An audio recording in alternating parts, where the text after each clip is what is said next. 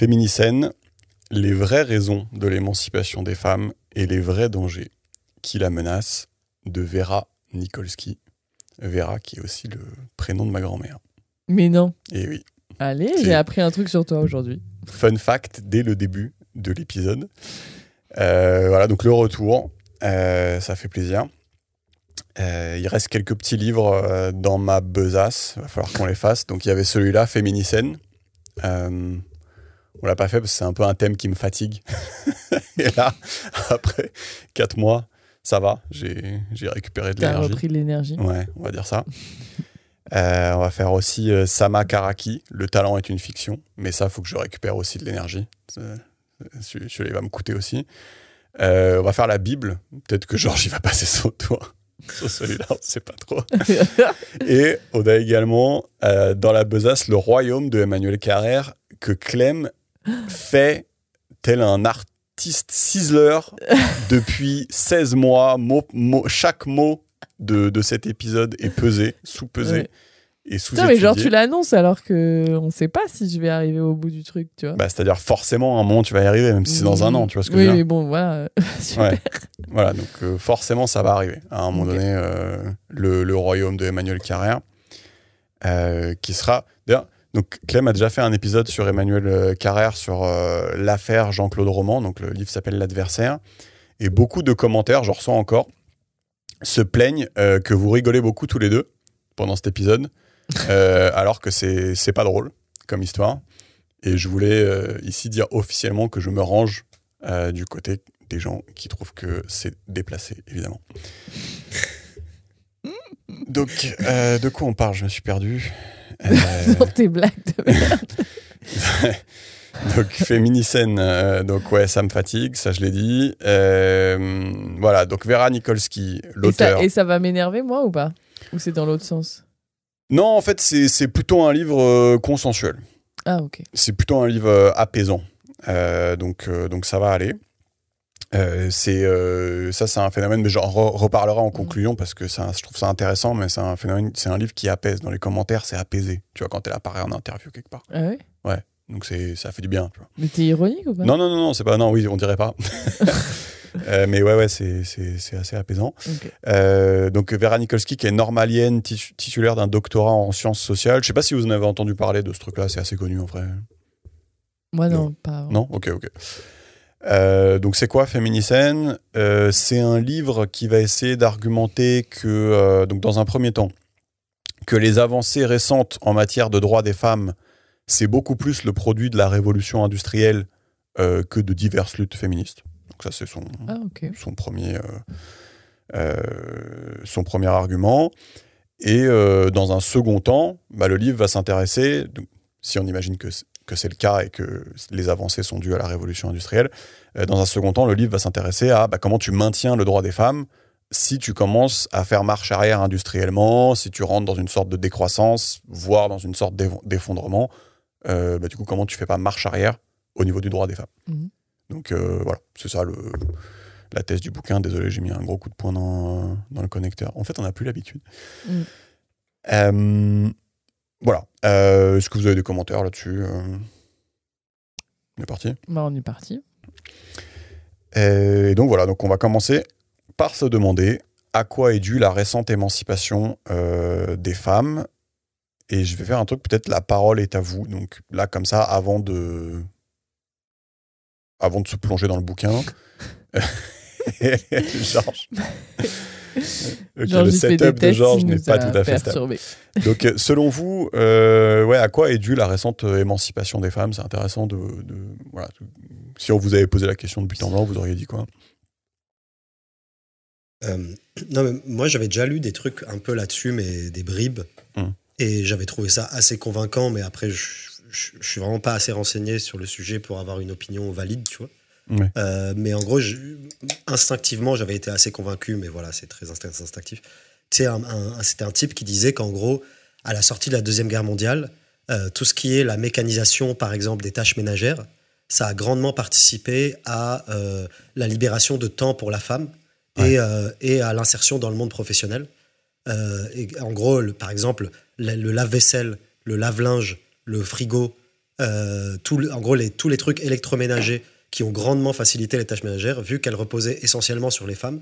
En fait, c'est ça qui a libéré un temps de malade. Et en plus, il y avait moins d'hommes, du coup, il fallait faire travailler les meufs. Et est-ce qu'il y avait... on entend aussi... Pardon, je te laisse finir. Ouais, pardon, vas-y. Non, mais vas-y, si t'avais un deuxième point. Non, rien, et juste, j'avais trouvé ça vachement convaincant parce que c'est vrai. Genre, imagine-toi le temps qu'il te faut pour laver tes fringues ou pour faire la vaisselle.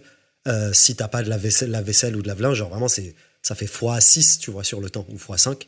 Et en fait, il faut se dire, si c'est les meufs qui le font, juste mécaniquement, elle a pas le temps de bosser, tu vois. Si t'as une famille de 3 enfants et un mec, donc tu dois faire le linge pour 5 personnes, c'est une galère, tu vois. Et toi, t'allais dire quoi, Clem ?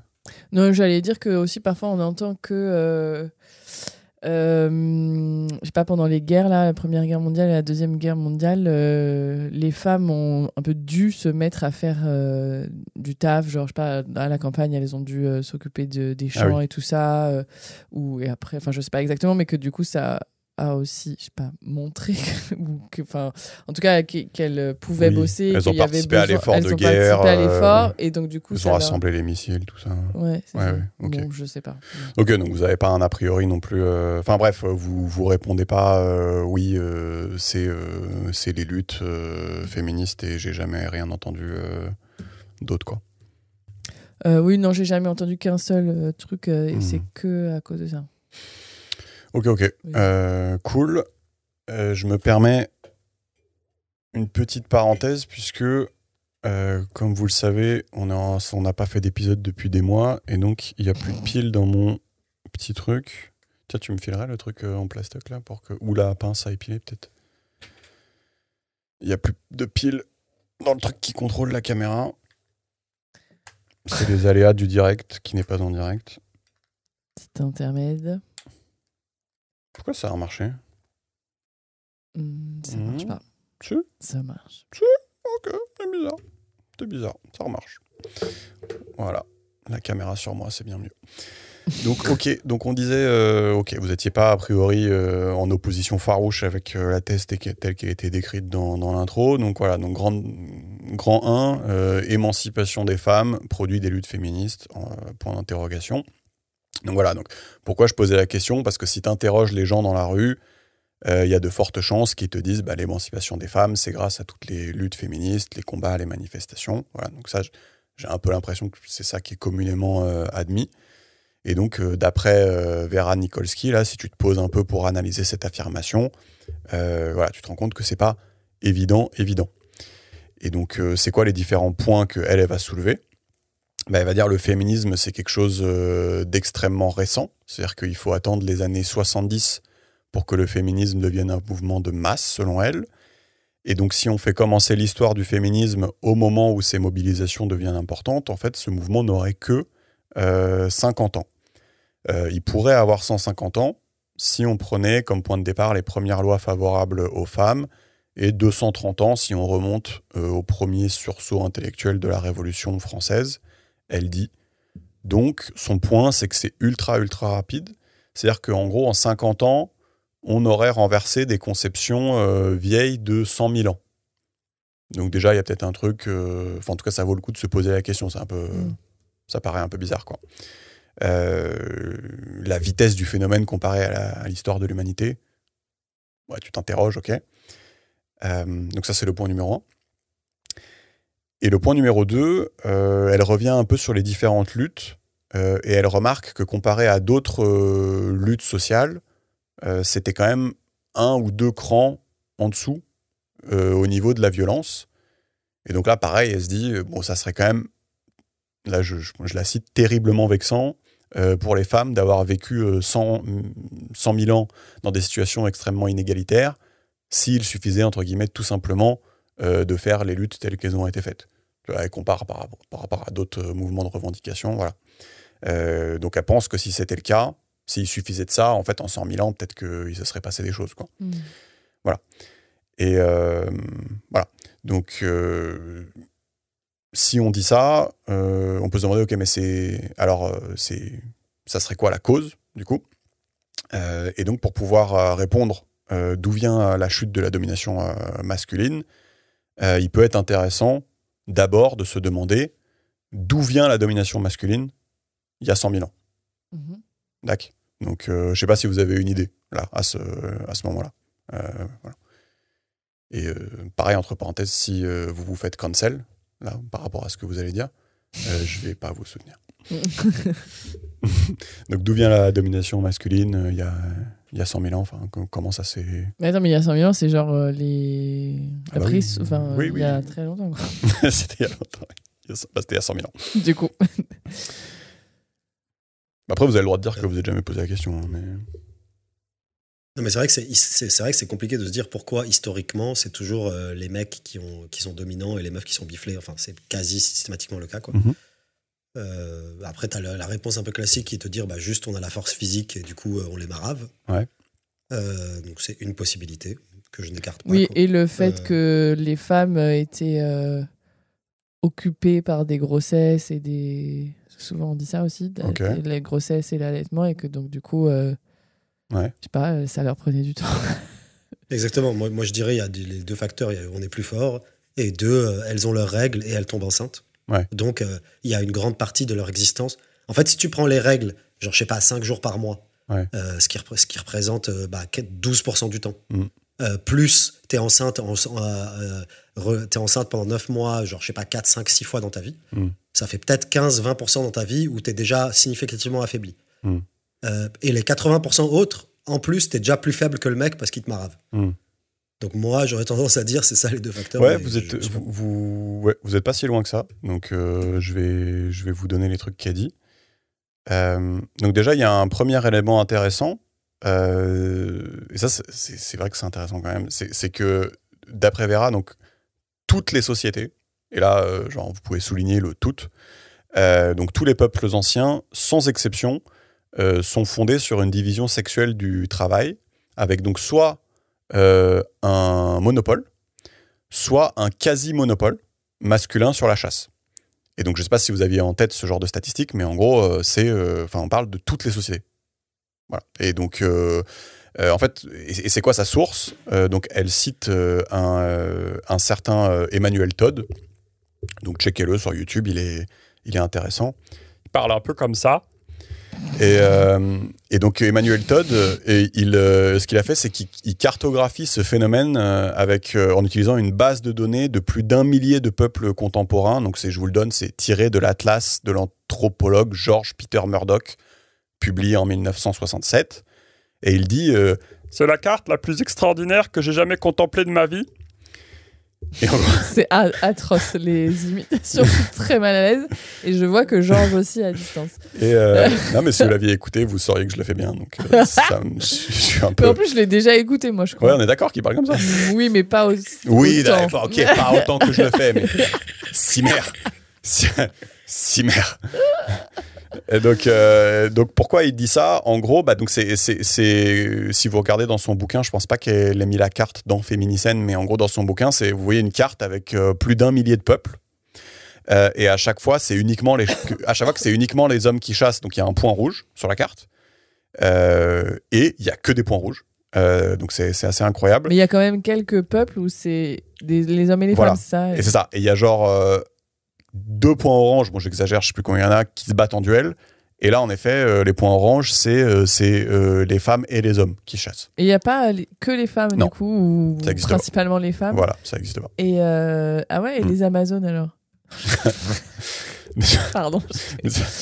Alors là, tu me prends au dépourvu, je suis même pas sûr que ça a vraiment existé. Mais... je sais pas. Je vais sûrement dire une grosse connerie, mais... Moi aussi, je l'ai fait pas, parce qu'on entend souvent ça comme contre-exemple. Ça existe, ça existe dans la mythologie grecque. Est-ce que ça existait vraiment ? Je sais pas. Ouais. Donc je sais pas si vous vous rendez compte, mais en gros, il n'y a pas, d'après eux, pour peu qu'ils disent pas de conneries, il n'y a pas un seul exemple de peuple où la chasse est une activité donc soit réservée aux femmes, soit impliquant en majorité les femmes, quoi. Mais je mets juste un mini... C'est pas un vrai bémol, mais... Parce que... Du coup, les données sur lesquelles il s'appuie, c'est des données de peuples de la préhistoire, et sur lesquelles on a peu d'infos. Pas tout à fait. Et on fait des déductions. Et j'avais lu un bouquin, je me rappelle plus du titre, mais tu sais, je t'en avais parlé. J'avais lu juste le début d'un bouquin où c'est pas qu'ils remettaient en question ça et disaient en effet les données qu'on a ça montre ça, mais en même temps il y a certains trucs qu'on sait pas interpréter ou alors on fait des, je sais pas trouver le mot, mais en gros on étire, on extrapole, voilà, à partir d'infos infimes, et donc peut-être que en fait on a orienté enfin c'est pas qu'on a orienté, mais voilà, peut-être qu'on se trompe en fait, tu vois, vu que tu viens de dire peut-être il se trompe, bah en fait voilà. Non mais oui, non mais non mais déjà juste pour de ce que j'ai compris de l'Atlas de Peter Murdoch là, en gros c'est pas des peuples qui ont vécu il y a 100 000 ans. De ce que je comprends, c'est les tribus qui étaient non touchées par la modernité, tu vois, qui ont été répertoriées, qui sont encore qui étaient à l'époque, oui, voilà. Okay. C'est ça que j'ai compris. Et après, oui, du coup, ça va peut-être un peu dans mon sens aussi. Non, mais qu'il y a peut-être des choses qui n'ont pas survécu. Non, mais que après, tu puisses dire oui, à tous les coups, machin. Ok, tu vois. Non, mais bon, voilà, je mets juste le mini. Vu qu'ils sont très extrêmes, je mets un mini point, un petit grain pour dire que des gens pensent que voilà. Voilà, non, mais tout à fait. Mais disons que voilà, là au moins. Enfin, j'ai envie de dire la source est claire et les limitations de la source sont plutôt claires aussi. Donc, ok, voilà. Donc voilà cette carte déjà. Donc ensuite il y a une deuxième grande partie, c'est la domination masculine et ses déterminants. Non pardon, excusez-moi, c'est ce que je viens de faire. Putain, on n'est pas rodé. Donc voilà, donc ça c'est ok. Voilà, donc ça c'est la chasse. Et donc on pourrait se dire, en fait on s'en fout de la chasse. Mais en fait, elle dit que non. Parce que finalement, ceux qui chassent, c'est ceux qui s'absentent du camp pendant plusieurs jours, et donc c'est ceux qui ne s'occupent pas des enfants. Donc on s'en fout pas tant que ça. C'est ceux qui ont les armes, et donc le monopole de la violence et de la guerre. Peut-être ça rejoint un peu ce que disait Georges. Monopole de la violence, c'est le contrôle et le pouvoir. Et en fait, finalement, assez vite, ce qui pouvait partir d'une bonne intention, donc c'est-à-dire qu'on va expliciter juste après ce qu'on veut dire par bonne intention, pourquoi on pourrait penser que c'était plus efficace de s'organiser comme ça. Donc ce qui pouvait partir d'une bonne intention, en fait, va vite se transformer en une organisation arbitraire de domination, avec en fait par-dessus une surcouche de création de mythes et de religions qui vont expliquer que la femme ne devrait pas aller chasser, qu'elle devrait s'occuper des enfants, tout ça. Donc en fait, sur un truc qui initialement, a priori, d'après Vera, pouvait faire sens. C'est-à-dire que les hommes, ils sont plus forts, ils doivent pas faire 15 enfants, ils doivent pas les allaiter, ils ont pas de menstruation, voilà, ils ont la masse musculaire supérieure, peut-être que ça fait sens de se diviser le travail comme ça. Voilà, peut-être que les tribus vont plus survivre s'ils vont se diviser comme ça. Mais en fait, à partir de cet embryon initial, bah derrière, la culture est arrivée, la religion est arrivée, tout ça, et on a commencé à dire « Ah, c'est Dieu le veut que ça soit comme ça. » Bien sûr, ouais. Voilà. Je sais pas si vous voyez un peu le truc un peu pernicieux. Quoi. Ouais, bah ouais. Et puis, ça me paraît cohérent, quoi. Et puis, le truc là où ça devient anachronique, c'est que tu sais, aujourd'hui, on est dans une... en fait, à partir du moment où tu as le progrès technique et que du coup, tu es dans une société où, justement, le différentiel de force n'a plus aussi d'importance pour la survie, bah là, cette structure de domination est caduque et ne t'apporte plus aucun avantage, donc elle devrait disparaître. Mais elle disparaît pas parce qu'il y a toutes les couches que tu expliquais. Tu vois ce que je veux dire? Ah oui. Ouais, ça, on va en parler, ouais. Ouais, on va en parler. Bah, c'est toute la partie, ouais, on va dire... Qu'est-ce qui... Ouais, les causes, selon elle, de l'émancipation des femmes, ouais. Mais tu vois, genre, moi, ça me paraît complètement cohérent de dire, quand tu es dans une tribu de chasseurs-cueilleurs, bah oui, genre, celles qui ont leurs règles, celles qui sont enceintes, machin, et celles qui sont moins fortes physiquement, bah, elles font pas... tu vois, ça me paraît cohérent qu'on les mette pas à la chasse, quoi, tu vois. Mais c'est juste que c'est plus adapté à une société post-révolution industrielle. Bah ça, on va en reparler un petit peu pour donner quelques éléments supplémentaires, mais yes. Et donc, qu'est-ce qu'elle dit, elle dit, bah, en fait, tu te heurtes à un mur statistique là, qui suggère fortement que c'est une organisation qui n'est pas issue d'une construction sociale arbitraire. C'est-à-dire que ça suggère fortement qu'il y a un côté, je sais pas si on peut appeler ça inné, mais en tout cas, qui ouais, on va dire qui aide à la survie, quoi. Ouais, c'est ça. Un côté darwiniste du truc. Ouais, c'est ça. Elle dit l'universalité du phénomène interdit de lui trouver des explications conjoncturelles. C'est joliment dit. Parce que il y aurait forcément un peuple qui aurait fait les choses différemment si c'était pas inné, quoi. Et voilà, qu'est-ce qu'elle raconte? Elle dit que c'est une question qui suscite un grand malaise parce qu'à gauche, on n'aime pas l'inné. Voilà, donc on va avoir tendance à vouloir réfuter ce genre de théorie. Donc par exemple, toi, tu parlais du bouquin que tu as lu où on dit on sait pas, machin. Donc voilà, c'est sûr que ça on n'a pas envie que ça soit vrai. Et alors, Et puis en règle générale, bon après, encore une fois, j'ai pas vu les sources, etc. Mais quand tu as des observations statistiques aussi genre larges, tu vois, où là, genre, il n'y en a pas une, tu vois. Ouais. Donc tu vois ce que je veux dire, c'est que même si tu mets une marge d'erreur, c'est comme la conclusion est quand même valide, tu vois. C'est pas comme si c'était un peu kiff-kiff, mais ça penchait un tout petit peu plus. Là, ça penche beaucoup plus, donc on se dit qu'on peut tirer des conclusions. Mais... Genre là, tu pourrais avoir une marge d'erreur de bourrin de 30% que la conclusion changerait pas, quoi, tu vois. Mais c'est vrai que j'y repense très souvent. En fait, on avait fait un bouquin de Jared Diamond qui s'appelle Collapse. Et bon, c'était un peu long, mais en fait, il y avait plusieurs chapitres. Et en fait, il y avait un moment, c'était le chapitre des Vikings. Et en fait, si vous voulez réécouter l'épisode, ça peut être cool. Je me souviens vraiment de quand il décrit la vie des mecs au Groenland. Et en gros, tu vois qu'ils prennent complètement tarif, quoi. Et en gros, c'est une organisation, mais de survie, quoi. Enfin, le truc, et en gros, le mec et la meuf, ils sont mis à contribution à 100% du temps, et chacun ses tâches, quoi, tu vois. Et même à un moment, il fait une remarque super intéressante, c'est-à-dire, il dit, mais en fait, pourquoi il n'y a aucun des Vikings mecs qui s'est mis avec une fille inuite, ou je sais plus comment il s'appelait le peuple qui cohabitait avec les Vikings là-bas. Et en fait, il dit, juste, tu meurs, parce qu'en fait, t'as besoin de te mettre avec une meuf qui sait faire tous les trucs qui, toi, t'aident à la survie, tu vois, qui est complémentaire de toi, quoi. Oui, et c'était pas les mêmes choses qu'ils savaient faire. Non, voilà, c'est ça. C'est-à-dire que, je sais pas, l'Inuit, elle savait pas faire du beurre avec les animaux chassés, des pots, sécher la viande, j'en sais rien, whatever, tu vois. Mais ouais, en fait, pour moi, le point, c'est que quand tu lis ce bouquin, bon, ok, là, c'est le Groenland, mais tu te rends compte que l'extrême permet de comprendre. On n'est pas en train de rigoler, quoi. Oui, c'est ça. Oui.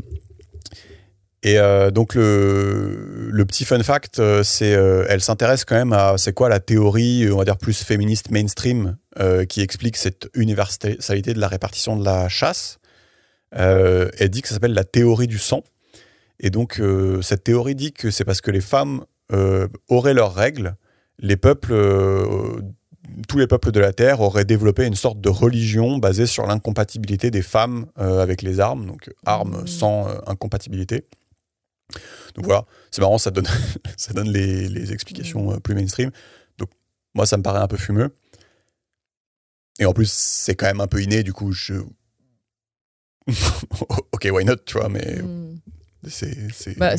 quand on dit ça, oui, du coup, c'est déjà comme une religion, quoi. Ouais, peut-être ça fait plus apparaître les hommes comme des méchants qui croient en un truc pas très malin, quoi. Peut-être c'est pour ça que c'est plus... ça arrange plus, mais je sais pas. En tout cas, c'est ça la théorie qui est censée expliquer ça. Théorie du sang. Voilà. Donc tout à l'heure, on disait qu'on allait expliciter un peu pourquoi elle pense que s'organiser avec les hommes à la chasse, c'est plus efficace. Voilà, on l'a dit, parce qu'au paléolithique, au néolithique, tu te la coulais pas douce, t'essayais juste de survivre. Et donc, je pense qu'elle va citer à peu près les mêmes trucs que ce que vous avez dit. Voilà, les hommes sont plutôt plus forts physiquement, en moyenne. Les femmes sont affaiblies lorsqu'elles sont enceintes. Un truc qu'on n'a pas dit, c'est qu'il fallait allaiter longtemps l'enfant au paléolithique, parce qu'en fait, il bouffe de la viande et des fruits tard. Voilà, donc ça on l'a pas dit. Et je pense qu'on l'a pas dit, il faut faire plein d'enfants, parce que la mortalité infantile est élevée. Oui, donc faut pas s'imaginer que enceinte ou à allaiter, du coup. Voilà, faut pas s'imaginer qu'il y a une ou deux grossesses, quoi. Faut s'imaginer que, je sais pas, peut-être il y en a 15. Enfin, je m'en rends pas compte, mais voilà. Il y a ça, et il y a un autre truc qu'on n'a pas dit, c'est que les femmes peuvent mourir en couche, et donc. Et puis surtout, il y a plein d'enfants. Ouais. Du coup, il faut faire des enfants, mortalité infantile, mais juste aussi, il n'y a pas de contraception, quoi. Donc ce que je veux dire, c'est que même si tu veux pas faire plein d'enfants, enfin, juste t'es en train de te faire inséminer par le fraté, tu vois. Ouais. Bah après, Donc, ce que je veux dire, peut-être il y a une volonté de faire plein d'enfants, mais peut-être Ouais. c'est juste tu te fais ken, quoi. mais après pour revenir sur Effondrement de Jared Diamond, aussi, il parle quand même de tribus sur des toutes petites îles où en fait tu pouvais pas te permettre d'avoir de la surpopulation. Et là, ils avaient quand même des techniques, je sais plus ce qu'ils faisaient du pull-out, ils jetaient l'enfant de la falaise et tout. Ils faisaient pas des trucs. Oui, mais tu vois, ce que je veux dire, c'est que même si tu jettes Oui, l'enfant oui. de la falaise, bon, ça enlève la partie allaitement, mais t'es quand même enceinte longtemps, quoi. Ouais. Non, mais ils mettaient des pierres chaudes sur le ventre, je sais plus ce qu'ils faisaient. Mais bon, Pour pas qu'elle tombe enceinte. Ouais, j'ai coupé ça de ma Oui, mais mémoire. ça, genre ça marchait, quoi. Je sais plus, ça fait longtemps qu'on l'a fait. Je me souviens plus. Ok. Mais bref, c'était juste pour c'était fun fact, quoi. Ok. Mais oui, t'as raison, il n'y a pas de contraception, quoi. Voilà. Et le dernier truc qu'on n'a pas dit, c'est que les femmes peuvent mourir en couche, et donc tu vas pas en plus les envoyer chasser le mammouth ou faire la guerre. Voilà, t'essaies de te répartir les morts intelligemment, quoi, du mieux que tu peux. Sinon, il y a un des deux sexes qui prend quand même cher, quoi. Voilà. Et donc elle dit, donc ça veut pas dire que c'était pas possible de s'organiser autrement. Ça veut juste dire que c'est moins efficace. Voilà. Et donc, dans un contexte un peu où c'est quand même tendu de survivre, bah, personne ne fait ça, du coup, parce que c'est moins efficace. Voilà. Donc, Bon, en tout cas, ceux qui font ça, ils sont pas plus là pour témoigner sur la carte. ils sont plus là sur la carte d'Emmanuel Todd. J'en peux plus. S'il vous plaît, écoutez Emmanuel Todd et dites dans les commentaires si je le fais bien. Donc, en termes d'inégalité, là où on est vraiment passé à la vitesse supérieure, c'est au néolithique. Donc, néolithique, c'est peut-être c'est pas la bonne définition, mais voilà.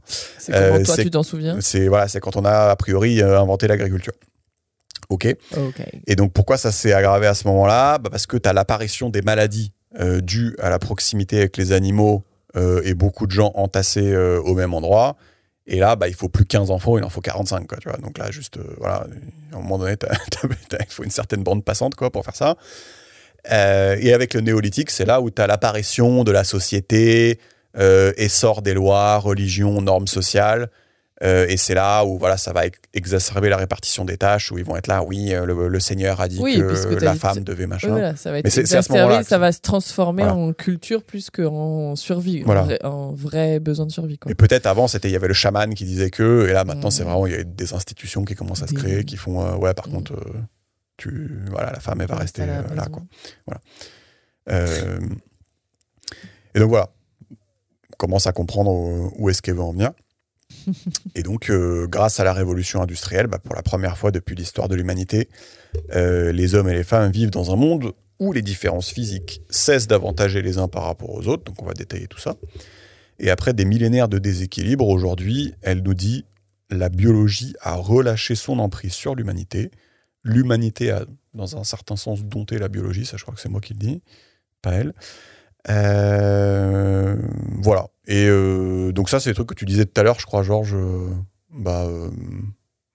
Oui, ou juste mécaniquement, en fait. Oui, vas-y, redis. Du coup, ce que je déduis de sa théorie qui me paraît intéressante, c'est que, en gros, quand tu es dans une société, effectivement, où la puissance physique et la force te donnent un avantage de survie significatif, ça crée une inégalité entre hommes-femmes, une domination des hommes parce qu'ils sont naturellement avantagés et une répartition assez spécifique des tâches. Et quand tu arrives dans une société où la force physique a beaucoup moins d'importance et c'est plus l'intelligence dans toutes ses formes, genre émotionnelle, j'en sais rien, je sais pas quoi, c'est quoi les différentes formes d'intelligence, où c'est plus l'intelligence qui est déterminante, vu que de ce que je connais, il n'y a pas de différence biologique en termes d'intelligence entre les hommes et les femmes, du coup, il n'y a plus de raison de perpétuer ces... Ah, c'est la même moyenne, ouais. Ouais, et donc ce qu'elle dit, c'est tertiarisation des métiers. En gros, ça revient un peu peut-être à ça. Le truc, c'est que tertiarisation, mais même si tu bosses dans un secteur industriel, genre dans une usine, Ouais. aujourd'hui, les usines, tu sais, elles sont mécanisées, t'as des diables, t'as des grues, en fait, une meuf, elle dirige une grue aussi bien qu'un mec, tu vois. Après, je suis pas un expert de des Oui, usines. non, mais c'est vrai, ouais, j'avoue, je sais pas trop ce qu'on entend maintenant par tertiarisation, parce que c'est quand même tout voilà. tellement mécanisé que... Exactement, mais du coup, pour moi, c'est globalement dans toutes les strates de la société, le nombre de métiers ou d'activités où la force physique devient importante, c'est vraiment infinitésimal. Tu vois. C'est genre l'armée, où là, pour moi, effectivement, quand même, voilà, et genre un certain nombre de métiers spécifiques, genre, je sais pas, aller dans les mines en Australie ou j'en sais rien, mais je pense que, je sais pas, si tu prends 100 métiers, tu dois avoir 1 ou 2% où la force physique est déterminante. Tu vois. Ouais, non, je pense qu'il y a ce point-là. En effet. En tout cas, dans les pays développés. Peut-être dans des pays encore où tu as une agriculture moins mécanisée, là, ça reste important. Mais... Non, carrément, ouais. Et donc, elle a dit ça. Elle dit il y a le progrès médical aussi. C'est-à-dire qu'on passe d'un système avec la natalité haute et mortalité haute, infantile. Là, en fait, on peut vivre avec natalité basse et mortalité basse, finalement.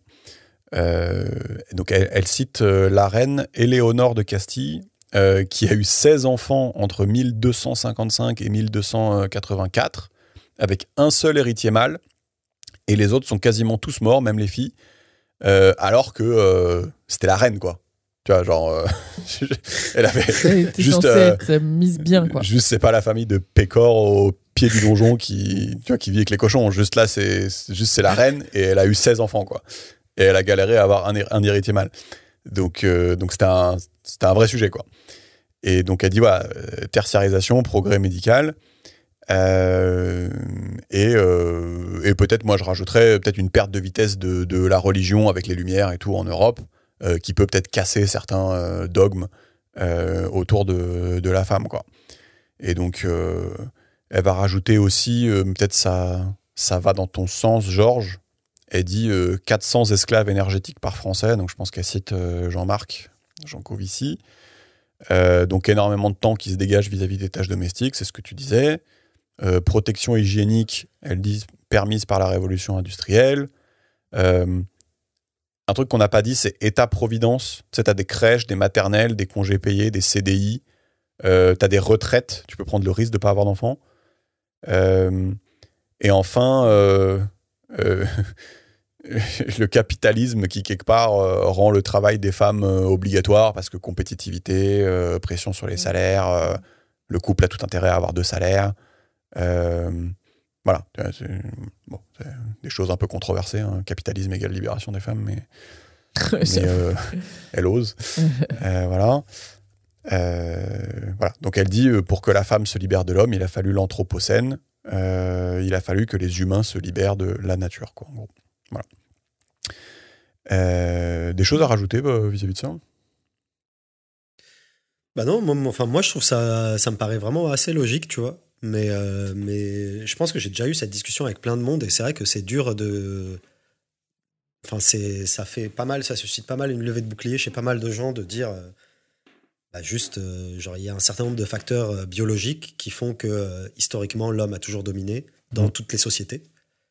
Et ces facteurs biologiques, aujourd'hui, sont caducs et ne nous apportent pas un avantage. Du coup, on devrait changer. Mais la domination historique de l'homme, c'est pas une sorte de complot, genre les mecs se sont réunis pour niquer les meufs, tu vois. Oui. Mais du coup, ce que moi je retiens là dans ce qu'elle dit et que tu peux du coup amener dans une discussion avec quelqu'un qui dirait ça, c'est que il y a les deux choses. Il y a que biologiquement ou en termes de survie, ça semble avoir été plus intéressant que les mecs fassent la chasse et les femmes restent à s'occuper des enfants, etc.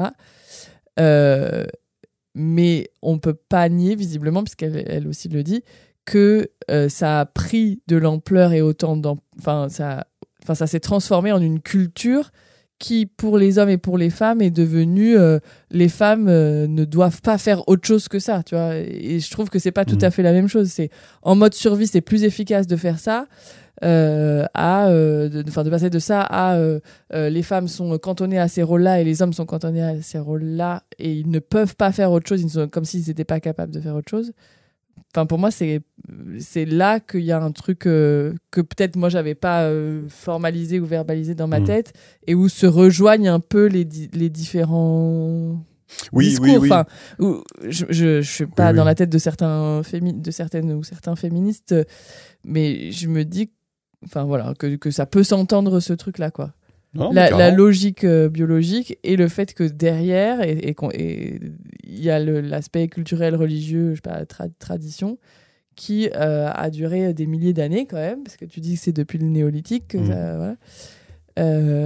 Et contre lequel on a du mal à se défaire aujourd'hui, même s'il n'y a plus besoin Non, mais toi, de cette organisation de survie. Toi, ce que tu dis, c'est que pour quelqu'un de féministe classique, la première partie de l'histoire, il va pas aimer. Et la deuxième partie de l'histoire, il va plus accepter. En fait, du coup, je trouve que le fait de dire cette deuxième partie fait que, du coup, oui, potentiellement, voilà, je sais pas si c'est à mon but, mais qu'un ou une féministe peut accepter, même si ça le saoule, mais accepter la première partie de l'histoire dans ce qu'on raconte, quoi. Bon. Non, oui, enfin, je suis d'accord. Je suis d'accord. Donc, dans le dernier chapitre, elle va se demander, forcément, est-ce que ça va durer ? Enfin, c'est quoi les projections dans le futur ? Et donc, ça s'appelle des acquis bien fragiles. Et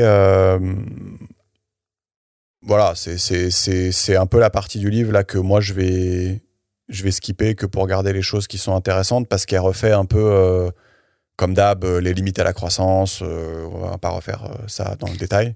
Ouais. J'ai juste une question, parce que du coup là, sur les acquis, elle va redire un peu ce qu'elle met dedans. Enfin, c'est peut-être évident pour tout le monde, mais parce que comme on est encore en train de dire qu'il y a des choses sur lesquelles les femmes ne sont pas totalement libérées et tout, j'aurais aimé savoir ce que elle considère. Donc il y a le fait que on peut, enfin les femmes peuvent travailler, enfin ce que tu disais, il y a des crèches, etc. Mais jusqu'où ça va, tu vois, genre le droit au vote, le droit à l'avortement. Elle va rappeler les différentes vagues de féminisme. On pourra peut-être en parler à ce moment-là. Ouais, je crois qu'il y a un moment dédié. Ouais. Okay. Donc je disais, on va pas refaire les limites à la croissance. Je pense pas que vous découvrez, mais si vous découvrez, vous pouvez regarder l'épisode de les limites à la croissance. Donc l'idée, c'est de dire ok, voilà, la condition des femmes s'est améliorée grâce à la révolution industrielle. Que va-t-il se passer si nos conditions de vie se dégradent ? Voilà, voilà. Elle est obligée évidemment de redémontrer qu'elle pense que les conditions de vie vont se dégrader. Voilà, de moins en moins de ressources, de plus en plus de pollution, voilà tout ça. Voilà, comme dirait Jean-Marc, le secteur tertiaire se réduit, donc on va aller ramasser des patates à la main. Voilà, si on a moins de soins médicaux par personne, peut-être la mortalité infantile va se remettre à augmenter. Donc là, c'est pas bon. Si on a un retour à la guerre, ça risque de pas le faire non plus. Si on a un retour de la religion, de la spiritualité, comme on dit maintenant, ça va pas le faire non plus. Probablement qu'on va avoir le retour d'un État plus autoritaire, parce que quand il n'y a pas un argent infini à dépenser dans n'importe quoi, les gens sont un peu vénères. Donc peut-être il y a mécaniquement un État autoritaire qui revient. Est-ce que la raréfaction des ressources provoque pas des lois plus liberticides ? Voilà. Donc en fait, il y a plein de pistes sur lesquelles on pourrait potentiellement régresser par rapport aux éléments qu'on a dit tout à l'heure. Et donc voilà, voilà. En tout cas, on a des pistes. Et elle dit un début d'illustration contemporaine de ce point-là. C'est par exemple la guerre en Ukraine, qui est clairement une régression, du coup, par rapport à l'ère de paix relative qu'on avait, en tout cas en Europe. Et elle dit, dans un pays où les femmes étaient à peu près aussi émancipées qu'en Occident, selon elle, en Ukraine, en fait, dans le cadre de la guerre, là, ils sont vite revenus à une répartition très genrée de qui est au front et qui part avec les enfants, ou bref. Voilà. Donc, c'est intéressant quand même. Enfin, on voit qu'il y a quand même des menaces, du coup. C'est concret, quoi. De revenir en arrière, quoi. Et puisque je vais pas refaire tous les trucs de limite à la croissance, je vais quand même faire les trucs sur lesquels on n'a pas beaucoup insisté. Et il y en a un en particulier sur lequel on n'a pas beaucoup insisté, c'est parmi toutes les calamités qui peuvent nous arriver. Et il y en a un qui est particulièrement alarmant, qui s'appelle NDM1 et MCR1. Et donc, c'est quoi ce truc-là ? C'est des gènes qui ont été développés par les bactéries pour résister aux antibiotiques. Et donc, finalement, les antibiotiques, tu pourrais voir ça aussi comme une ressource finie, limiter la croissance. Voilà. Les antibiotiques, c'est aussi une ressource finie, dans le sens où plus tu les utilises, plus les bactéries résistent au truc. Donc, c'est un peu, voilà, ça va s'épuiser aussi, quoi. Et aujourd'hui, on les utilise sans aucune modération, notamment dans les élevages industriels, parce qu'en gros, quand tu mets les animaux à 150 dans une cage de 5 mètres carrés, genre, il ne faut pas qu'ils tombent malades, quoi, sinon ça ne marche pas. Et en plus, ça accélère la croissance quand tu leur mets des antibiotiques. Ah ouais, ok. Voilà. Et donc, là-dessus, on n'a pas de solution qui existe. C'est-à-dire que voilà, quelques idées qui sont très controversées, comme ne pas faire de la merde. C'est-à-dire pas mettre 150 animaux dans une cage de 5 mètres carrés. Mais ça, c'est très controversé. Mais on voit de plus en plus, des fois, sur des trucs qu'on achète, je crois surtout pour les porcs élevés sans antibiotiques. Mais ça, c'est un truc de gauchiste. Ah oui. Ça veut dire quoi?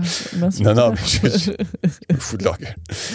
C'est tout. Non, mais juste, oui, non, c'est pas controversé, mais juste on le fait quand même. Quoi? Bref, vas-y, tu voulais dire. Non, rien. Perdu. Je dis juste, je croyais qu'on était. Moi, je savais pas qu'on était. Je croyais qu'on était très naïvement, dans une ère où les éleveurs, enfin tout le monde, était en train de faire en sorte de diminuer le plus possible l'utilisation des antibiotiques. Vu que je voyais sur mes paquets de bouffe élevés sans antibiotiques, je me dis ok. Je pense pas. Quand tu regardes en Chine, aux États-Unis, je pense pas qu'il faut. Ah oui, d'accord. Ouais. Ok. Donc je pense pas, même si je suis peut-être pessimiste. Donc il y a quelques élevages par-ci par-là qui essayent, mais. Oui, je pense que c'est pas du tout le mainstream. Ouais. Donc aujourd'hui, on n'a pas de solution. Haha, c'était censé être une blague. Voilà. Donc, en plus, le marché ne peut rien faire puisque utiliser les antibiotiques avec énormément de parcimonie, c'est pas intéressant pour celui qui le développe, quoi, économiquement. Celui qui développe les antibiotiques. Donc c'est vrai que c'est compliqué. Et donc, grosse menace sur la mortalité infantile et donc sur les femmes, nous dit Vera. Donc là, j'ai cité les antibiotiques, mais il y a aussi tout le reste, évidemment, qu'on n'a pas cité là, dû aux limites à la croissance. Et donc, au vu de toutes ces menaces, le féminisme d'aujourd'hui est-il adapté? Et donc, oui, nous dit Vera, ce qui conclut ce livre. Ok. Et en vrai Du coup, non. Moi, je vois sa tête de bolos, donc... Tout le monde ne voit pas la tête de bolos. Du coup, non.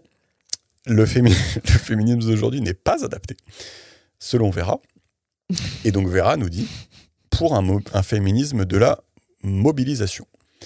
Et donc, avant de se poser la question de quel féminisme on aurait besoin pour faire face à la fragilité des acquis, du coup, elle va faire quelques rappels, et là, ça va être ce dont tu voulais parler. Elle va rappeler les 3 vagues de féminisme. Donc, il y a la première vague qui est demande des droits et libertés égales aux hommes. Deuxième vague qui est demande du droit à disposer de leur corps. Je ne sais pas si c'est français ce que je viens de dire. Probablement pas. Et troisième vague, on veut moins de harcèlement, moins de violence, plus de représentation dans les métiers de pouvoir. Voilà. Ok. Et donc, là, Vera va surtout parler du féminisme de la troisième vague, c'est-à-dire faut-il le remplacer par autre chose? C'est ça le thème de ce chapitre. Je ne sais pas si ça répond, Clem, à ce que tu Si, voulais du coup, voir. je comprends. Okay. Pour moi, ça remet des bases pour me permettre d'écouter la suite. Mais c'est parfait. Et donc, elle note, chose intéressante, que les 3 vagues de féminisme sont des vagues de féminisme de la réclamation.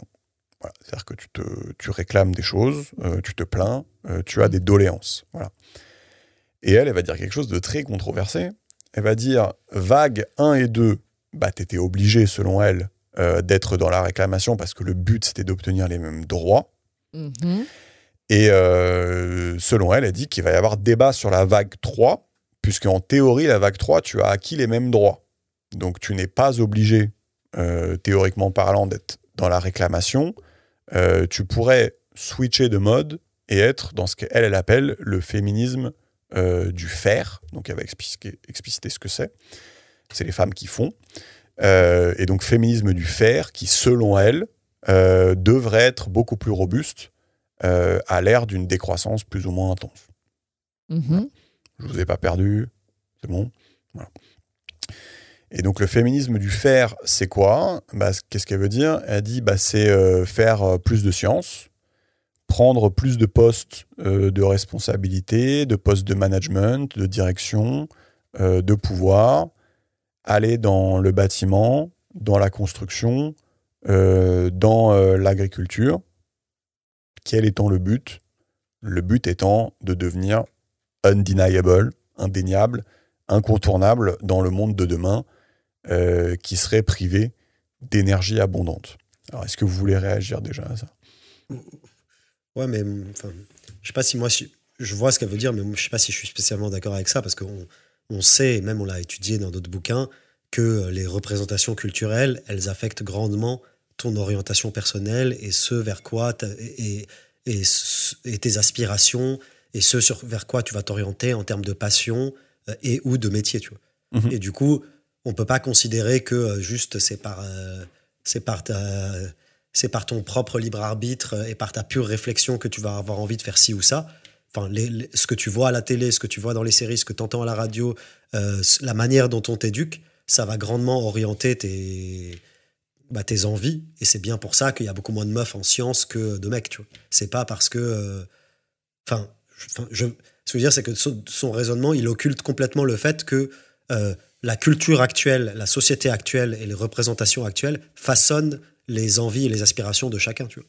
Ah, mais c'est marrant cette remarque, parce qu'en fait, peut-être c'était pas clair ce que j'ai dit, mais en fait, tu dis quelque part exactement comme elle, finalement, parce que elle, ce qui est dit, en fait, son point de doléance, elle dit, en fait, quand tu regardes qui sont les figures de proue du féminisme, donc ça c'était juste ce que je voulais dire juste après là, donc j'ai l'impression que vous dites la même chose. Donc c'est qui les figures de proue du féminisme, donc les noms qui viennent en tête. En fait, elle cite des femmes, donc Caroline de Haas, Alice Coffin, Fatima Benomar, Pauline Armange. Je les connais pas toutes, mais tu vois, j'ai tapé Pauline Armange dans Google et tu tombes sur son livre qui s'appelle Moi les hommes, je les déteste. Donc en fait, elle dit que tu vois, les figures de proue, quelque part, c'est qu'est-ce qu'elles font ? En fait, elles se spécialisent dans le féminisme. Et en fait, elle dit, mais en fait, est-ce qu'il ne faudrait pas plutôt mettre en avant les femmes qui font ? Et juste, je te redonne la parole, mais tu vois, elle cite Mariam Mirzakhani, tu vois, j'arrive même pas à prononcer, je connais même pas, médaille Fields quand même, en mathématiques. Mais je sais pas si tu connaissais Clem Tokim. Écoute, je crois que j'ai entendu son nom pour la première fois il y a pas très longtemps. Ouais. Suzanne Trombone et Valérie Masson-Demotte, spécialistes mondiaux du climat. Lila Bois-de-Mar, réanimatrice et membre du conseil scientifique lors de la pandémie Covid-19, qui vient d'un pangolin, on le rappelle. Et Leila Aragian, qui a gagné à 26 ans l'appel d'offres pour construire le pont Tabiat à Téhéran, dirigeant des milliers d'hommes sur un chantier pharaonique. Est-ce que ça rejoint pas un peu ce que tu voulais dire finalement ? Parce qu'en fait... Ah oui, je suis d'accord, mais du coup, j'ai du mal à voir son point, parce que pour moi, l'un n'empêche pas... En gros, ce qu'elle oppose, c'est activisme et juste, je sais pas, accomplissement professionnel. Ouais. Elle dit... Femmes, arrêtez d'être activistes et faites des accomplissements professionnels, et là on vous respectera et vous serez représentés et machin. C'est ça. Et vous serez undeniable. Je comprends, mais ce que je veux dire, c'est que l'un et l'autre sont très liés. Genre, il faut des femmes qui ont des accomplissements professionnels, comme tout ce que tu dis, parce que effectivement ça donne des représentations, etc. Et on en avait déjà discuté avec Clem. Mais il faut aussi des activistes pour justement aussi forcer les structures de pouvoir et les médias et toutes les représentations culturelles à évoluer plus rapidement qu'elles ne le feraient mécaniquement si les activistes n'étaient pas là, tu vois. Ce que je veux dire, c'est que les films, les séries, les émissions de télé, les trucs de radio, etc., je pense que s'il n'y avait pas des féministes qui cassaient les couilles, ou des activistes en règle générale, il y aurait beaucoup moins aujourd'hui de meufs représentées sur ces trucs-là. Tu vois ce que je veux dire ? Je pense que l'activisme a une utilité pour accélérer le mouvement naturel des choses. Peut-être je peux te rejoindre, mais aussi ce qu'on peut opposer à ça, et c'est probablement ce qu'elle fait, c'est que du coup ces activistes en mode de réclamation, ça amène beaucoup de bruit et ça prend beaucoup de temps de parole, notamment dans les médias ou dans les milieux culturels et tout ça. là où tu pourrais plutôt amener quelqu'un qui va témoigner ou qui va être une parole experte et une femme ou enfin voilà, j'ai l'impression que c'est ça qu'elle dit un peu, elle, c'est que en fait ça brouille un peu les ondes, le fait d'avoir trop les activistes en mode gna gna gna gna gna gna. Pardon pour cette imitation, mais parce que je nie pas une utilité, mais j'ai l'impression qu'elle dit peut-être le ratio est pas tout à fait le bon, ou elle dit peut-être que et j'ai oublié ce que je voulais dire, mais que on croit que il n'y a que les activistes qui sont utiles. Bah, elle dit que c'est pas la fille qui a gagné les médailles Fields qui est la star du féminisme, quoi. Ok. Oui, mais ça rejoint probablement un peu ce que je dis. Non, mais quoi. ce qui est ce que tu dis, en fait. Oui, c'est ça. Ouais. Après, ce que dit Georges, c'est que tu peux avoir... Enfin, t'es pas obligé d'avoir l'un ou l'autre. Oui. Mais je pense que je reconnais ça aussi. Enfin, je suis un peu d'accord avec ça aussi. Oui. Mais quand même, c'est vrai que moi, je connaissais pas le nom de celle qui a... Je l'ai réoublié, de celle qui avait gagné les médailles Fields. C'est quand même pas tout à fait normal, quoi. Et je connaissais Caroline de Haas. Ouais. Voilà, donc je sais pas si qui est une des figures du féminisme. Qui est, voilà. Ouais. Oui, mais enfin, oui. Non, mais enfin. Moi, je pense que je la rejoins et enfin que je comprends qu'elle pousse à ça, quoi. Ouais, non, mais moi je suis complètement d'accord avec ça. Enfin, globalement, je suis pour. Enfin, je trouve que c'est globalement les gens qui font évoluer les trucs. Genre, je sais pas. En gros, par exemple, t'es une meuf, tu veux un peu faire évoluer les représentations. Je pense qu'il est peut-être potentiellement très utile de soi-même devenir cinéaste et de faire des films qui correspondent à une représentation plus moderne que ce qui est fait historiquement avec le male gaze et les meufs qui sont hyper sexualisées, etc. Donc, genre, t'es féministe, fais un film qui change les mentalités et qui présente les meufs différemment plutôt que d'être activiste et de dire aux cinéastes de faire des films différents, tu vois. Donc, en gros, je vois cette démarche, mais peut-être que s'il n'y avait pas les activistes qui cassaient les couilles, bah la meuf, jamais elle aurait eu envie spontanément de faire un film, et peut-être qu'on l'aura dissuadé, et peut-être que elle aurait eu des stages avec des mecs toxiques qui l'auraient agressé sexuellement, et tu vois ce que je veux dire. Donc, en fait, je trouve que c'est dur de vraiment arbitrer entre le faire et l'activisme, parce que je pense qu'il y a plein de femmes et d'hommes qui ont voulu faire, mais en gros les hommes globalement ils subissent pas là, donc parlons des femmes, de femmes qui peut-être ont eu l'intention de faire à un moment et qui se sont heurtées à plein de discriminations diverses et variées ou de trucs qui les ont niquées, qui font qu'elles n'ont pas pu faire, tu vois. Oui, je pense par exemple dans le milieu scientifique que j'ai déjà entendu des témoignages de femmes scientifiques dans la recherche et qui disent qu'en fait il y a plein de non-dits sur des comportements un peu de sexisme, je trouve jamais le mot, du quotidien, quoi, de sexisme où tu te rends pas compte et qui font que, tu sais, du coup, ça te rabaisse, tu vas pas oser aller dire, bah, c'est moi qui vais à la conf présenter tel résultat scientifique, et que du coup, on va moins les voir et elles vont moins monter dans leur carrière. Enfin, j'extrapole, mais oui, j'entends ça et en effet, oui. Mais effectivement, je trouve que c'est dur de savoir quel est le ratio entre activiste qui casse les couilles et personne qui fait, genre quel est le bon ratio. Mais mon point, c'est juste que c'est très interdépendant et tu peux pas te dire genre il faut pas des gens qui cassent les couilles, juste mettez-vous à faire et tout va bien se passer, parce que déjà il y a peu de gens qui vont se mettre à faire parce qu'il y a des représentations culturelles, et celles qui vont vouloir faire, elles vont se faire bifler parce qu'il y a tout ce qu'on décrit en termes de toxicité. Bah, je sais pas, parce que je me dis aussi, si les femmes commencent à réussir à faire un peu plus, ça va aussi casser ces comportements. Enfin, du coup, tu vas te retrouver dans les milieux. Voilà, moi, je connais le milieu scientifique, mais ça, où il y a beaucoup d'hommes, quoi. Mais tu vas te retrouver à casser le ratio homme-femme, et donc un peu plus naturellement, on va plus facilement inclure les femmes. Les jeunes filles qui auront envie de faire des sciences, elles vont pas se sentir rebutées parce qu'elles verront genre 15 mecs devant elles. Enfin, tu vois, du coup, je comprends ce que tu dis, que c'est imbriqué. Mais moi, je crois que je suis d'accord avec elle sur le fait que le faire sera un peu plus fort et amènera des résultats plus que ce qu'on croit, en fait. Mais je pense qu'on est je crois qu'on est d'accord. On est d'accord. Et en fait, je pense qu'on On tourne en rond, là, on oui. pense tous les trois que c'est dommageable que Caroline de Haas soit plus connue que Myriam Meschini. Je sais plus comment voilà, ça merci. s'appelle. Mais c'est pas ça du tout son nom. Attends, je vais le redire. Oui. Mariam Mirza Kani. Voilà. Et donc voilà. Mariam Donc, non mais Mirza clairement, Kani. voilà. Donc elle est clairement. Voilà. Donc, je pense qu'on est. Elle est d'origine iranienne aussi, je crois, non? On peut regarder. Je fais un petit CTRL-C, CTRL-V. Donc, non, mais je pense qu'on est tous d'accord. Après, je suis pas sûr en persan. Oui, il y a moyen qu'elle soit iranienne. Ouais. Donc, je pense que ça, on est d'accord. Et après, est-ce que son point, c'était qu'il faille totalement éradiquer les activistes? Je sais pas, je pense pas. Mais c'est vrai que c'est peut-être... ouais, peut-être c'est un peu trop les stars, quoi. C'est peut-être un peu dommage. Voilà. Elle a aussi toute une partie sur cet activisme où elle dit qu'il y a pas mal de talons d'Achille aussi.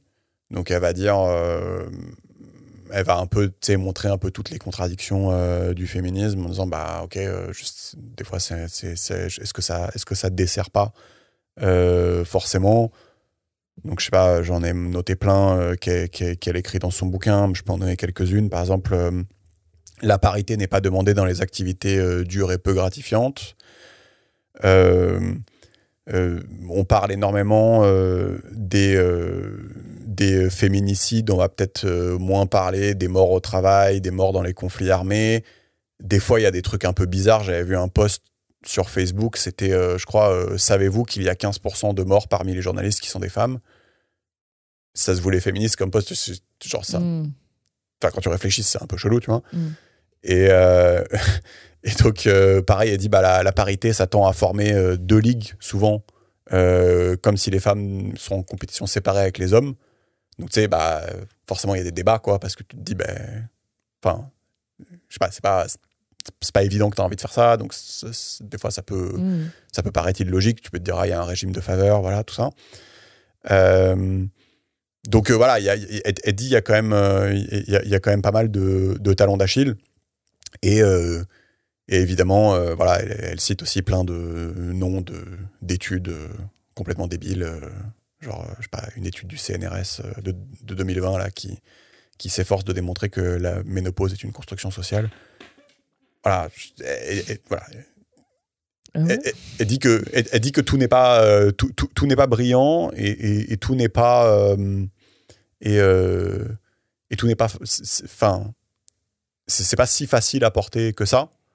Et donc, du coup, quelque part, moi, ce que je comprends, c'est que ça redore le blason un peu du féminisme du fer. Dans le sens où tu te dis, ça, c'est le féminisme du fer. Lui, il a pas de talon d'Achille, en fait. Tu vois ce que je veux dire? C'est ça que je comprends de ce qu'il veut dire. Voilà. Donc, ok. Why not? Et donc, peut-être le deuxième talon d'Achille, mais ça, je pense qu'on avait compris, c'est dans un monde qui continue business as usual. En gros, pourquoi pas le féminisme de l'activisme et de la revendication. Par contre, dans un monde qui va passer par décroissance, effondrement, tout ça, là, elle dit peut-être que là, il faut shifter un peu faut changer de braquet, il faut peut-être se mettre au féminisme du fer. Et donc, elle dit les féministes devront être écologistes, étatistes, souverainistes, protectionnistes. Il y en a 3 qui sont racistes là-dedans. Pour la réindustrialisation et pour une armée robuste. Donc l'idée étant de ne pas te faire envahir. J'ai l'impression que l'idée est juste de pousser le PTEF de Jean-Marc Jancovici, Shift Project, plan de transformation de l'économie française. Et elle donne une liste indicative de métiers, climatologue, agronome, chimiste, physique nucléaire, militaire. Elle dit qu'il faut demander le service militaire mixte et obligatoire. Ingénierie en génie électrique, en métallurgie, en construction de machines, épidémiologiste, chercheuse en pharmacologie, ça elle dit ça va, soudure, maçonnerie, plomberie, agriculture. Voilà. En gros, à part pharmacologie, peut-être épidémiologiste, elle dit qu'elle pousse pour que les femmes aillent vers les métiers où elles ne vont pas aujourd'hui. Voilà. Et c'est ces métiers-là qui résisteront, selon elle, à un monde en décroissance. Je ne sais pas si ça vous parle, si vous voulez commenter. cette liste de métiers? Non, je sais pas, moi je trouve ça bien. Je réfléchissais au truc, genre activisme versus, je sais pas, accomplissement professionnel ou faire, quoi. Mhm. Et il y a peut-être un truc, mais même chose, tu vois, c'est super difficile à quantifier. Et encore une fois, moi je suis très novice sur ces questions-là. Tu sais, mais en tout cas, c'est quelque chose que j'ai pu observer parfois dans mon entourage, c'est quand tu t'es très sensible au féminisme, etc., et que tu perçois le monde principalement à travers cette lentille-là du combat des genres, etc., je trouve que parfois, enfin en tout cas j'ai vu des exemples, mais après encore une fois c'est anecdotique, donc je sais pas si ça sert à quelque chose ce que je raconte, mais j'ai déjà vu des exemples où genre des meufs qui, à mon sens, après c'est mon observation, encore une fois j'ai pas la vérité, tu vois, mais que je connaissais bien, etc., qui un peu se dédouanaient d'échecs personnels parce que genre en gros c'était le machisme ou la toxicité des mecs ou machin. Et en gros, je trouve que parfois, ça peut, sur certains aspects, ça peut, genre, comment dire, genre, te rendre peut-être un peu moins résilient, un peu moins persévérant que ce que tu aurais pu être. Parce que, en gros, genre, t'es moins. En gros, genre, dès que t'as un peu des désagréments ou que tu subis des échecs ou que tu machin, tu vas dire. De toute façon, c'est un macho, de toute façon, c'est le machisme, de toute façon, c'est toxique. Et en fait, je trouve que parfois, quand tu es très versé là-dedans, il y a une petite proportion de gens qui peuvent, en gros, genre, en gros, ne plus trop être capable d'affronter les contrariétés de la vie, tu vois. Ouais, mais même ce que tu dis, je peux généraliser, mais c'est vieux comme le monde, tu sais. Enfin, en gros, quand t'arrives en retard, tu dis ah mais c'est le RER, alors que tu vois non, quand tu rates tes examens ou machin, c'est le prof qui est mauvais. Quand je sais pas, j'en sais rien, ça se passe pas bien dans la vie, c'est la faute de tes parents qui sont toxiques, machin. Et en fait, t'as sûrement une part de vrai à chaque fois, mais en fait, c'est vrai que t'as différentes personnalités. T'as les personnalités qui vont s'appuyer vraiment, exploiter le filon au max, quoi, en disant ah ouais, c'est pas moi, c'est le bon Dieu, tu vois, c'est l'univers, quoi. C'est ce que tu dis, quoi. Et d'autres qui vont plutôt avoir la personnalité de dire bah je fais avec les circonstances et je. Ouais, exactement. Et je trouve que c'est ça. En fait, je trouve ça s'applique pas uniquement au féminisme. En fait, je pense que ça peut s'appliquer à plein de trucs. Bah, je trouve que parfois il y a une opposition entre la lutte systémique et la responsabilité individuelle. Tu vois. Et tu peux dire que la lutte systémique, c'est plutôt un enjeu qui est principalement porté par la gauche. Et la responsabilité individuelle, c'est plutôt un truc de droitard, tu vois. Ouais. En mode genre, sois discipliné, bats-toi, fais des pompes et tu seras le meilleur, tu vois. Et je trouve que parfois, disclaimer, je me considère de gauche, mais je trouve que parfois mes pairs de gauche, voire d'extrême gauche, s'excitent un peu trop sur le systémique et diluent un peu trop la responsabilité individuelle. Et donc, encore une fois, à mon sens, il y a plein de problèmes systémiques super importants, genre les inégalités, l'écologie, tout ça, c'est des problèmes systémiques, c'est pas des histoires de trucs individuels. Mais je trouve parfois, il y a quand même des fois où en tout cas, j'ai vu des gens, des instances dans mon entourage où j'étais là, mais grosse, enfin, c'est pas grave, déjà, peut-être que c'est juste toi de ta faute et remets-toi en question. Et aussi, genre, juste, on subit tous des contrariétés dans la vie, ça arrive, c'est pas très grave. Enfin, tu vois ce que je veux dire? Donc, parfois, à être trop activiste ou à être trop systémique, on devient un peu trop douillé, tu vois.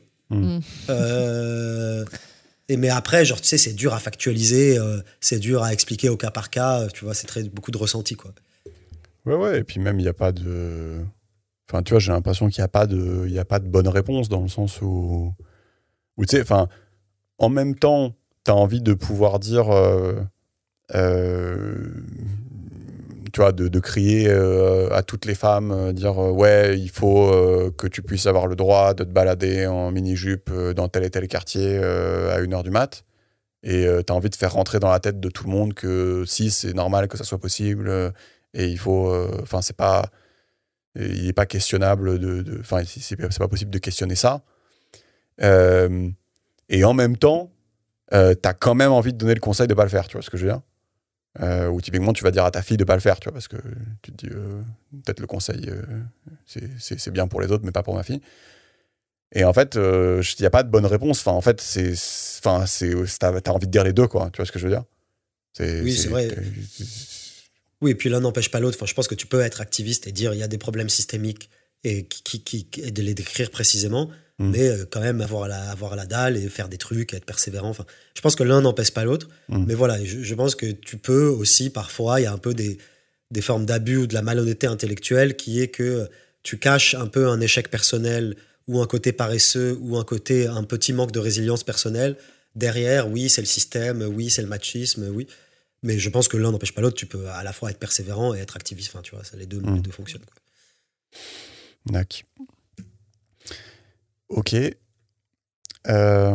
Donc, on a bientôt fini. Et je vais reparler d'un concept, on en a parlé plein de fois, mais elle va l'inscrire de façon élégante ici, je trouve. C'est... je sais pas si vous vous souvenez, ça s'appelle le paradoxe de la Norvège. C'est assez connu. Donc, en gros, c'est le fait que quand on regarde... quand on classe les pays du plus inégalitaire au moins inégalitaire en termes de droits des femmes, tu remarques qu'il y a quand même une tendance où plus le pays est inégalitaire, plus tu vas avoir de femmes dans donc ce qu'elle appelle les STEM, donc ouais, je sais pas, Science, technology. Voilà, les sciences, quoi, en gros. Voilà. Et donc en général, voilà, les féministes plus classiques, elles aiment pas trop ce résultat-là, parce que ça va pas dans le sens de plus le pays est égalitaire, plus les femmes vont investir les domaines scientifiques. Disons que le discours de les femmes font pas de maths parce que les mathématiciens sont sexistes, c'est pas corroboré par ce genre d'études-là, quoi. Et en fait, ce qui, du coup, est intéressant par rapport à tout ce qu'on a dit, c'est qu'en fait, tu as l'impression que, en fait, quand ça se passe moins bien pour les femmes, donc typiquement dans un pays avec forte inégalité, je sais pas, en Arabie Saoudite, et ben en fait, cette espèce de contraction où les femmes vont du coup aller investir les métiers où en gros elles deviennent indéniables, en gros, elle existe aujourd'hui en fait déjà. Ouais, c'est-à-dire que en fait, je sais plus comment elle dit, mais quand t'es en Iran, tu prends des risques à faire de la littérature parce que en gros on pourra toujours te dire non, tu dis de la merde, machin, alors que si tu fais des maths, juste tu vois, t'es indéniable, quoi. Si t'es fort, quoi. Enfin, il y a pas d'interprétation ou quoi. Et donc ce qui est intéressant, c'est que finalement ce phénomène de si jamais il y a une régression dans l'égalité homme-femme, tu as déjà aujourd'hui, tu peux voir que les femmes ont déjà ce réflexe de choper les activités plus... je sais pas si j'ai un autre mot que indéniable, je réutilise le même qu'elle, mais bref, voilà, du coup, voilà, je trouvais ça intéressant. Ouais. Voilà, donc en Arabie Saoudite, tu fais moins de faux pas idéologiques quand tu fais de la science versus des lettres, voilà. Les sciences protègent les femmes de l'infantilisation, c'est toi l'expert, tout le monde ferme sa gueule. Quand t'es ingénieur, soit l'avion il vole, soit il vole pas, il n'y a pas de débat. Voilà, donc c'est exactement ce qu'on vient de dire. Et donc voilà, la boucle est bouclée. Donc si vous avez bien suivi la démonstration de Vera Nikolsky, en prévoyance de la décroissance, elle dit que les femmes doivent à tout prix investir massivement les domaines où elles sont absentes, même si c'est pas toujours le métier le plus fun. Parfois, elle dit il faut savoir perdre un peu de fun dans son métier pour sécuriser les choses. Voilà, on peut pas tous être des stars de cinéma. Quelque chose à rajouter avant que je fasse la conclusion là-dessus? Non, c'est bon. Donc en conclusion, je voulais faire une remarque un peu con, mais j'en parlais déjà au début et j'ai été assez soufflé par les retours qu'elle va avoir, cette dame, dans les commentaires, souvent, quand elle fait des apparitions. Et en fait, souvent, les gens, ils tarissent pas d'éloges quand elle fait une intervention. Et c'est rare pour quelqu'un qui parle de féminisme. Parce que quand tu parles de féminisme, ça part souvent en pugilat tout de suite, quoi, sur Internet. Ouais, d'accord. Donc, quand même, t'es là, ok, qu'est-ce qui se passe? C'est chelou, tu vois. Et t'as l'impression qu'elle fait une sorte d'unanimité. Et je sais pas si je choisis les bons mots, mais j'ai l'impression que j'ai envie de retenir que les gens ont soif, quelque part, d'un certain type de discours, ou peut-être si tu les prends plus pour des adultes. Je sais pas. Ils agissent plus en adultes, du coup. Ouais, j'étais étonné par l'aura de ce genre de discours. Et je trouve que, tu vois, dans une ère, j'appelle ça l'ère Cyril Hanouna, mais en gros, dans une ère où c'est pas le seul coupable, où t'as envie, tu sais, de faire venir des gens sur un plateau télé qui ont des opinions très arrêtées, parfois même cons, et soit les humilier en disant bah c'est con ton opinion, ou alors juste en mettre deux qui sont pas d'accord et juste les voir se clasher, et puis ça fait des vues, ça fait du bif, ça fait de la thune, et ça fatigue tout le monde, et dans les commentaires les gens s'écharpent. J'ai trouvé ça intéressant que finalement j'ai connecté 2 neurones et je me suis dit ok, en fait tu peux aussi produire l'inverse de ça, quoi. Tu vois. Et donc bref, je voulais finir là-dessus. Je trouvais ça cool. Je me dis c'est comme si t'avais trouvé l'antithèse du truc, quoi. C'est marrant. Un discours qui marche bien. Ouais, c'est ça. Parce que du coup, même les féministes un peu troisième vague, il n'y a pas justement d'activistes qui non, mais je pense qui pas. réagissent fortement. Si. Si, je pense, mais si tu veux, après, ça reste mineur, quoi. C'est mineur, quoi. Ouais, c'est ça. Tu ne retrouves pas des commentaires comme sous les vidéos de... Ouais. C'est pas... c'est pas Caroline Dehache chez Cyril Hanouna, quoi, tu vois. C'est pas ce niveau de clivage. Ouais, ok. Donc, mais oui, je pense que tu vas trouver des gens qui vont trouver que c'est de la merde, mais... Oui, d'accord. C'est pas non plus... Ok. Voilà. Est-ce que vous avez kiffé? Bah oui, c'est intéressant. C'était cool? Oui. Moi, je trouve ça cool. Je trouve ça bien. Ouais, moi j'ai bien aimé, tu sais, la perspective historique et tout, genre pourquoi à la base, machin, et comment ça a évolué.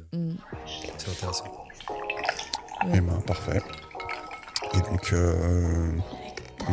à la prochaine, du coup, pour les livres qu'on a sur la liste. Et Clem qui va... Le grand retour de Clem. Ouais. Qui va vraiment nous faire un truc aux petits oignons, quoi. Arrête. Allez, ciao. Ciao. Bisous. Salut. Elle va... Le grand retour. Le grand retour.